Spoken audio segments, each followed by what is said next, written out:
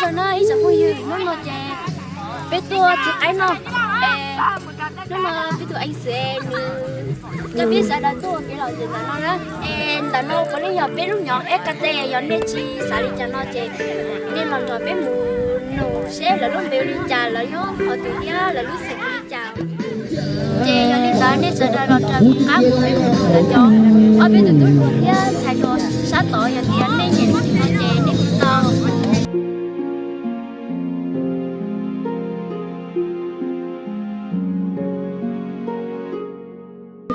nhớ sao tụi mùa nhớ sao tao nói nhớ tụi lúc bé đi chào số hóa chị cái này về thi tầm nó là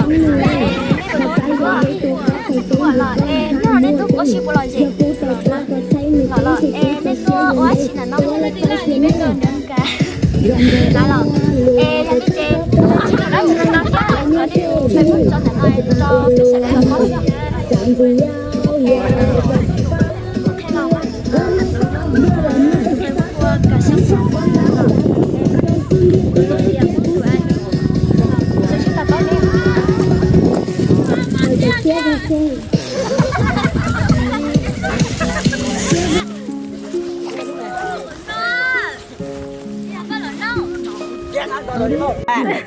rồi hả? nhớ rồi.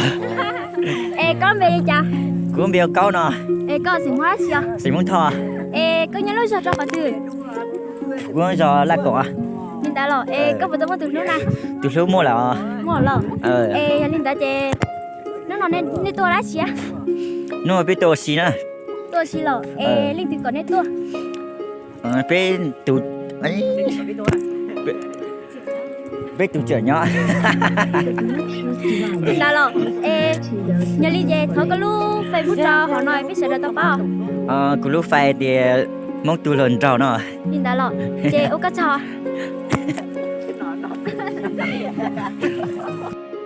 Nhớ rồi. Nhớ rồi. Con bé đi cha. Con bé ôn chay nó. Con sinh hóa chưa? Sinh hóa thò. Vừa tao mới từ lúc. Mua lại rồi. Nên lúc sinh nhớ cho chưa? Lúc sinh nhớ cho hoa cửa. Linh đã rồi. Nó là nên tôi lá chị. Mua xí rồi. Linh đã vậy. Tao có xong xe. Cái tao chạy cho cái nó ăn nhớ rồi chưa? Điều có chó. Nhớ. Nó sẽ đồn đi. Nhớ rồi. Nhớ rồi mà. Con về đi cha. Cứ làm việc sang nó, sẽ muốn thơ là. Nó là nên tôi lá chị.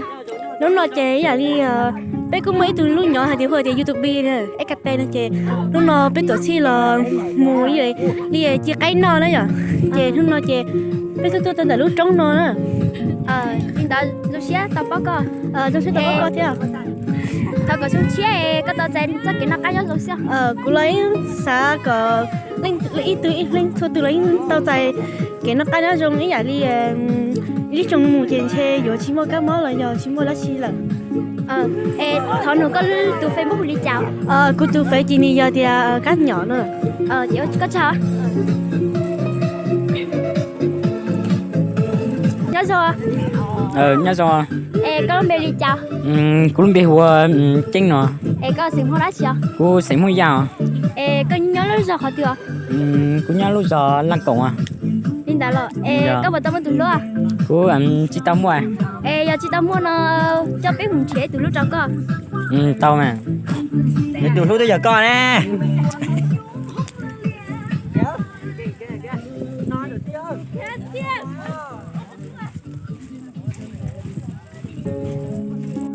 Nhớ rồi à? Nhớ rồi. Con bé đi cha. Cô bé hoa rồi. Giờ sinh hóa chưa? Sinh không thơ. Linh đã có bảo tao mới từ lúc à? Cô mua hả? Con mua rồi. Linh đã chơi, giờ tiêu có mua nó chơi, có theo có tụi phải cho số này sẽ ra tao bao. Cô tụi phải hoa thủy triều hả? Đó, chơi có chào. Ta đừng mua từ lúc nào. Cho các mùng thiệt lửa tù đó. Tao mà.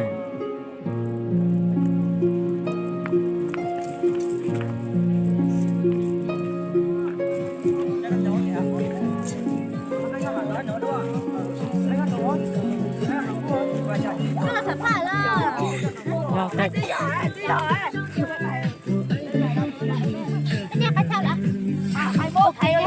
Có mua à? 22, 23, 24. Nhớ rồi tôi mua à.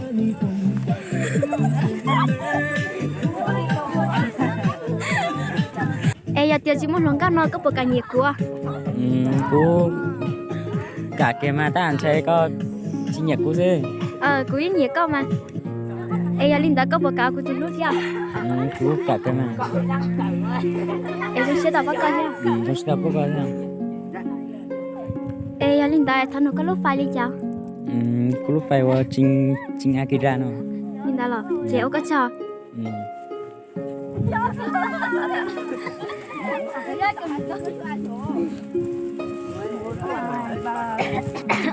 Nhớ rồi tôi mua à. Nhớ rồi.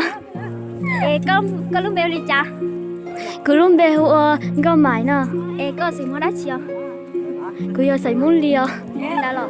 Ê nên nhớ cho lúc giờ có thừa. Bên nhớ cho lúc giờ là cổng. Ê nhớ lúc tỉnh lá chưa? Bên nhớ lúc tỉnh lại chào. Ê có một tao một thứ lúc này. Mua lại mà. Ê Linda chị khi có lúc phải cho sợ nói sợ đây tao bao. Cứ lúc phải có mãi ly nữa. Chị ơi cho.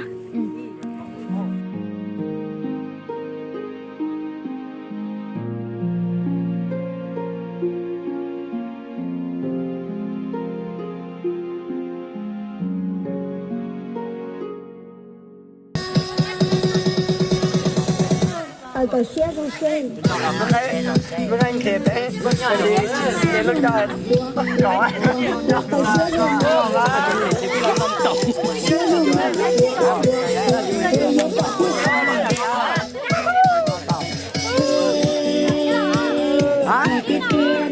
Đi làm đi. Đi đâu ơi? Đi làm đi ơi. Dùng cái tiền này,我有保证啥？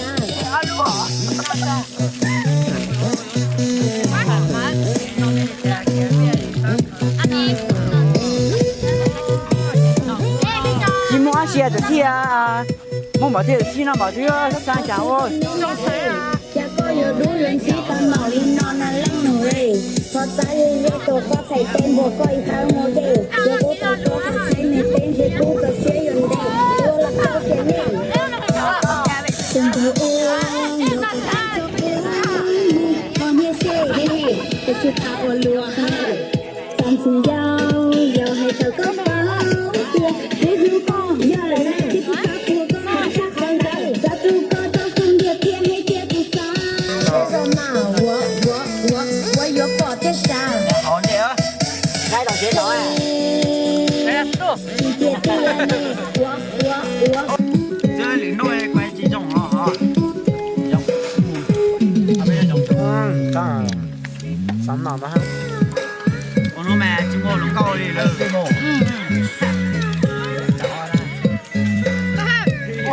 Cái hậu cô.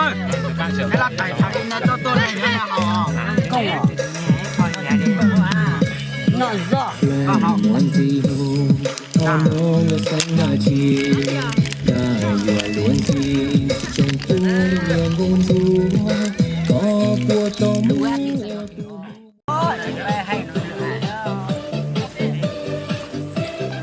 Ủa hai thì bao giờ?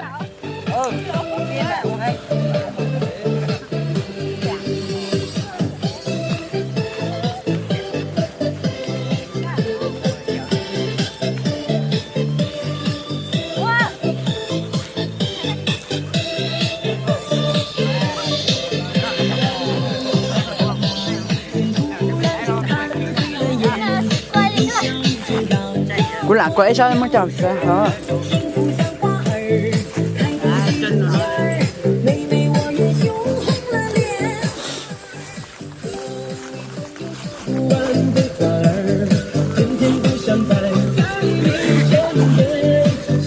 Mỏ mẹ mỏ thế bố cỡ không? Hay là cỡ nè có cỡ à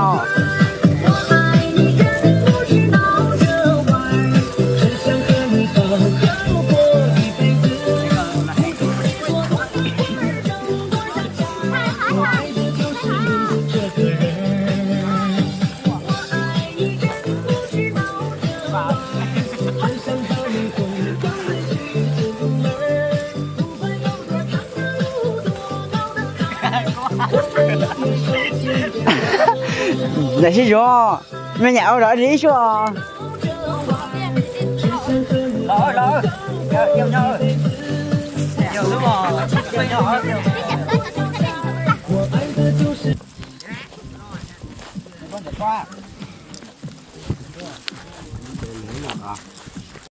nhớ sao tụi nụ nhớ cho họ lên mùa ê thằng nụ có lắm bê đi chào cú lung béo thay à ê có sự mua đá chưa sấy mông dao nhìn đã là ê có một tao mới tụi nụ nè chỉ to giờ lên từ sáng lú chè lò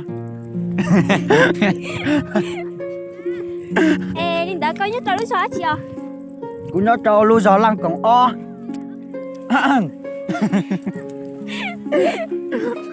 ê có một xã cầu có một tụi nụ thế à xa cơ mà ê đã nó cũng mua lúa có lên dấu chè có cho biết mình kia tụi ra coi rồi chè ít bia cho tại vì nó cú chỉ tao khổng à nhìn đã là ê giờ đi chè thằng nụ có lúc phải đi chơi đi nè cú lúc Facebook chè hoài tiền soạn hay gái xinh rồi à nhìn đã nó xuyên tao bắt co có giống sao á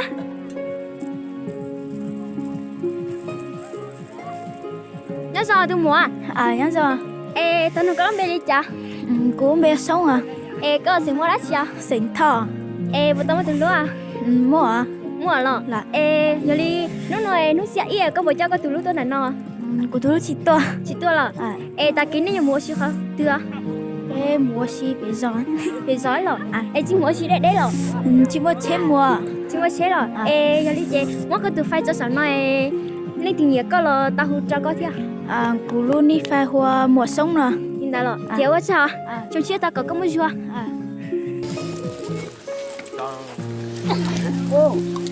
nhớ xong à nhớ rồi ê có lắm bê đi chào cú lúc béo trong nó ê có sự mua đá chưa cú giờ sẽ muốn thọ nhìn đã rồi ê có bộ tao mới tụi lúa này cú chỉ tao muốn từ lúc à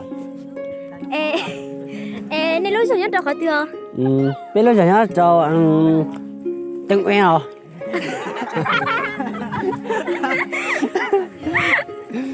gì giờ vô ê giờ đi thở có tụi Facebook cho sản nói biết sao đâu tao phải cú lúc phải bông